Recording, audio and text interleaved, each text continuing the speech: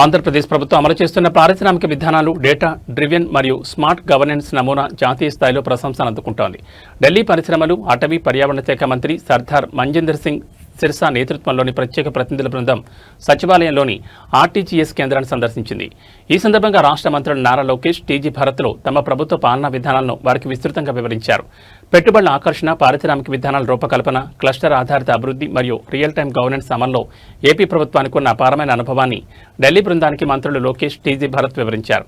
Smart governance మరియు digital పరిపాలనలో ఢిల్లీ ప్రభుత్వానికి పూర్తి సహకారాన్ని, సాంకేతిక మార్గదర్శకత్వాన్ని అందించడానికి తమ ప్రభుత్వం సిద్ధంగా ఉందని మంత్రి నారా లోకేష్ స్పష్టం చేశారు. ముఖ్యమంత్రి చంద్రబాబు నాయుడు దూరదృష్టిని, మంత్రి నారా లోకేష్ పాలనా దక్షతను ఢిల్లీ మంత్రి మంజిందర్ సింగ్ సిర్సా కొనియాడారు. డేటాను ఇంత సమర్థవంతంగా ఉపయోగిస్తూ పారదర్శక పాలన అందించడం అభినందనీయమని, పెట్టుబడుల ఆకర్షణలో ఏపీ అనుభవం తమకెంతో ఉపయోగపడుతుందని పేర్కొన్నారు.